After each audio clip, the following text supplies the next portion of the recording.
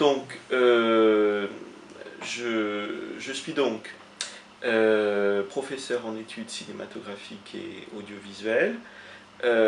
C'est un champ disciplinaire, celui des arts, de la culture et des médias, qui est un peu nouveau hein, pour la direction de la MSHA, qui longtemps a été pilotée par des collègues historiens ou politistes. Donc, moi j'ai fait des études littéraires et ensuite une thèse de cinéma. J'ai commencé ma carrière à l'université de Nancy et j'ai fini au début des années 2000 par rejoindre Bordeaux, qui était ma ville d'origine. Je suis devenu professeur. Mon champ d'investigation, c'est celui du récit cinématographique, plutôt dans le domaine de la fiction. Alors récit cinématographique, mais aussi récit sériel à la télévision. J'ai aussi travaillé à un moment donné de ma carrière sur les discours médiatiques et sur l'histoire de la télévision en partenariat avec l'Institut national de l'audiovisuel. Et depuis 2005, alors là, un nouveau tournant dans ma carrière, j'ai assumé un certain nombre d'activités de responsabilité administrative. D'abord comme vice-président du CEVU, donc autour des questions de formation, d'organisation des études, de vie étudiante. Ce qui m'a amené d'ailleurs pas mal à travailler avec les autres universités de Bordeaux, on était 4 à l'époque, donc ça c'était un peu l'anticipation du type de travail que je fais maintenant, mais c'était dans le secteur des études. J'ai été aussi en charge comme vice-président à la réforme de l'université, de la réforme des UFR. On est passé de 11 à 3. Donc ça a été un gros bouleversement avec pas mal de résistance et quelques difficultés quand même pour faire passer cette réforme. Et puis d'autres responsabilités dans mon équipe de recherche, le MICA, donc, qui est une équipe en information, communication et art. Donc j'ai été responsable d'un axe de cette équipe.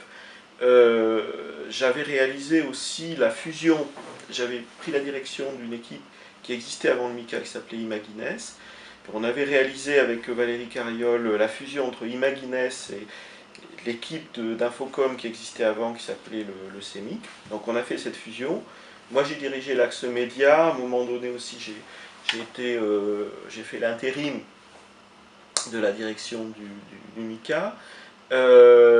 Et j'ai été en charge également de l'école, enfin comme directeur adjoint de l'école doctorale Montaigne Humanité, qui développe grande partie de ses activités à la MSHA, donc j'étais déjà familier de cette maison au travers de cette responsabilité d'école doctorale.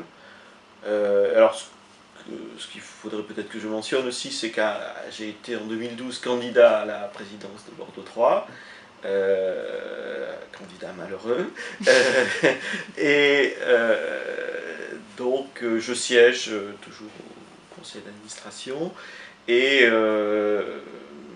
j'ai pris donc la direction de la MSHA en juillet 2013.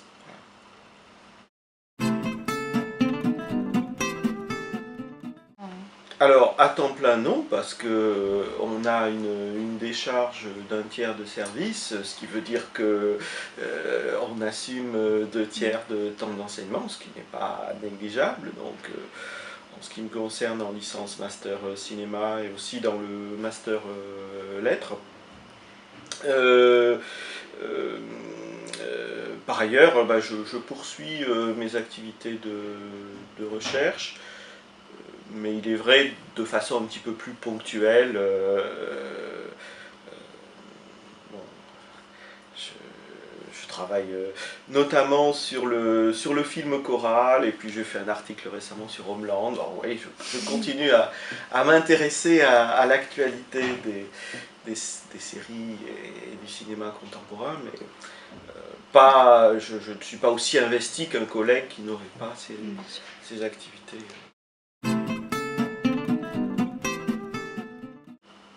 Alors, l'objectif, c'est de placer cette maison dans un rôle un peu plus structurant.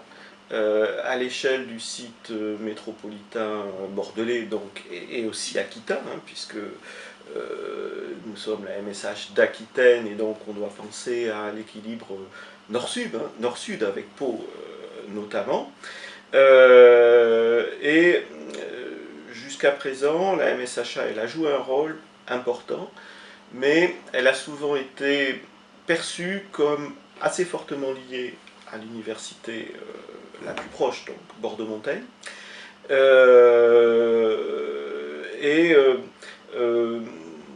n'a peut-être pas été suffisamment perçue par l'ensemble des acteurs comme une instance qui pouvait rendre service à toutes les universités, tous les établissements d'Aquitaine. Donc ça, je crois que l'enjeu essentiel, c'est d'arriver à être reconnu par tous les partenaires comme dans une position vraiment fortement structurante, voire centrale, ou point de convergence, point d'intersection.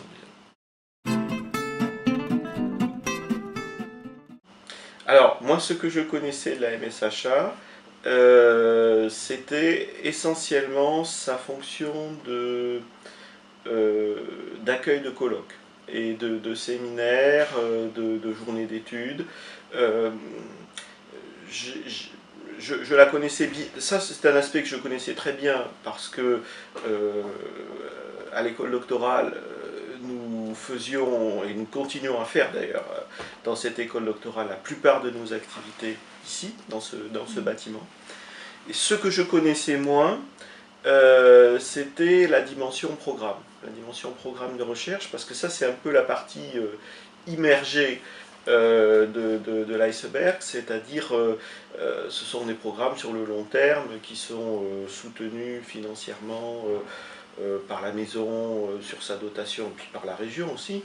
Mais ceux qui ne sont pas impliqués dans ces programmes ne sont pas forcément au fait de cette activité. Alors il y avait quelque chose que je connaissais aussi étant membre du MICA, c'est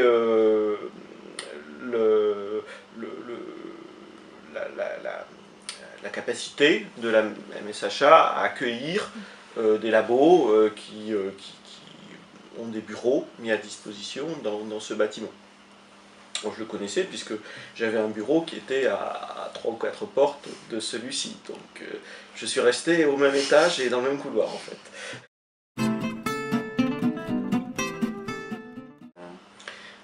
Alors, l'avenir est déjà en grande partie préparé jusqu'en 2020. Ça paraît loin, mais à l'université, dans les organismes de recherche, on nous demande de raisonner.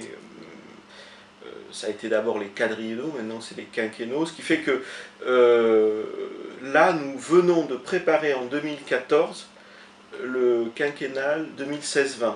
Donc on sait déjà quels sont les 5 programmes qui vont être soutenus sur la dotation de la maison, juste dans cette période, avec cette échéance qui est assez lointaine, hein, 2020. Alors, ce qui a changé par rapport à la tradition, c'est qu'en 2014, pour préparer l'avenir, on a décidé de faire un cadrage thématique. Donc, avant, on était dans le programme blanc, c'est-à-dire qu'on sollicitait les chercheurs de tout le site en disant proposez-nous vos idées, c'est complètement libre, toutes les idées sont bienvenues, et en fonction de la qualité scientifique, des partenariats, etc., on va vous financer. Là, on a décidé, on a réuni les responsables des différentes universités et établissements, donc ça inclut Sciences Po notamment, et on leur a demandé quelles étaient leurs priorités thématiques, est-ce qu'ils pouvaient arriver à dégager des grandes orientations. On a essayé de faire une synthèse et donc on a fait nous-mêmes notre cadrage thématique en fonction des priorités des différents établissements. Alors, après on sort des thèmes qui peuvent paraître très généraux, mais c'est par exemple territoire, c'est normes, c'est humanité numérique, ouais, il y a des très grandes entrées. On peut mettre beaucoup de choses dans normes, hein, par exemple. On a vu que c'était même un petit peu fourre-tout, mais enfin, malgré tout, ça permet quand même plus de structurer les choses que quand on était dans le blanc total. Et ça, c'est une tendance lourde de la recherche, hein, c'est-à-dire que de plus en plus, on fait des choses, des appels ciblés. Donc ça c'est un vrai changement. Mais ce qu'il faut retenir, c'est que la perspective pour la MSHA, c'est d'essayer d'être dans une position plus centrale dans le paysage de la recherche en Aquitaine, en SHS en Aquitaine. Et jouer un rôle d'impulsion dans une perspective également européenne et internationale. Ça, c'est vraiment la perspective qui doit se faire aussi en lien avec le réseau des MSH. Donc, on est à 23 maisons. Le président du réseau, normalement, devrait être présent à notre anniversaire. Et je viens d'être élu membre du bureau du réseau, donc on est 5. Donc voilà, ça positionne aussi la MSH d'Aquitaine dans une position un petit peu plus forte à l'échelle nationale,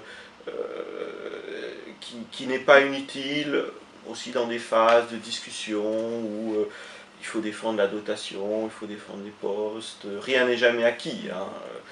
On est dans une phase délicate pour l'ensemble de l'enseignement supérieur et de la recherche où voilà, il faut être très très vigilant et l'existence de nos institutions n'est pas garantie jusqu'à la fin des temps. Donc il faut, en tout cas dans leur périmètre et avec leurs moyens actuels. Donc c'est toujours important d'être dans des positions, pas forcément de pouvoir, mais disons de représentation aux différentes échelles, quoi.